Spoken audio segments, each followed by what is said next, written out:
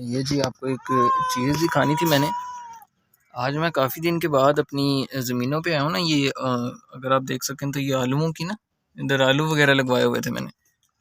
तो मज़दूरी वगैरह करने ना इधर पहले तो सुनने में आता था कि यार मर्द मज़दूरी करते हैं, शायद पहले औरतें भी करती हों, लेकिन मुझे इस बात का नहीं पता क्योंकि मैं यहाँ पे ज़्यादा नहीं आता। मीन्स कभी कभार चक्कर मेरा लगता है। तो आज वैसे ही मैं कुदरती तौर पे इधर गुज़र रहा था, तो मैंने कहा चले मैं देखता हूँ कि इधर क्या सीन है, किस तरह है। तो यार देख के बहुत ज़्यादा दिली अफसोस हुआ मुझे इस बात पे कि एक ये आपको शायद नज़र आ रहा हो, ये रिक्शा खड़ा था इधर ना पास ही। मैंने जब नोट किया, इसमें से बच्चे के रोने की आवाज़ आ रही थी। तो ये जो झोली है ना, इसमें बच्चा है और ये इसका छोटा सा भाई आपको सीट पे लेटा नज़र आ रहा होगा, ये इसको झूला दे रहा था। तो बेरोज़गारी इतनी ज़्यादा पाकिस्तान में हो चुकी है ना कि अभी छोटा सा बच्चा धूप में ये झोली बंधी हुई है, शदीद गर्मियों के दिन है कि यहाँ पे बैठा नहीं जा रहा।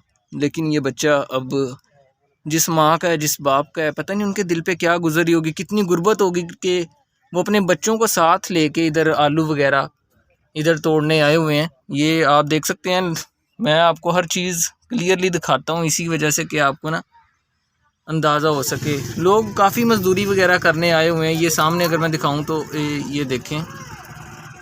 लेकिन इस बच्चे को देख के ना यार आज मुझे अफसोस हुआ है, दिल को दुख होता है कि यार पाकिस्तान का क्या बनेगा। इतनी बेरोज़गारी, इतने हालात ख़राब है ना कि समझ से बात बाहर हो चुकी है।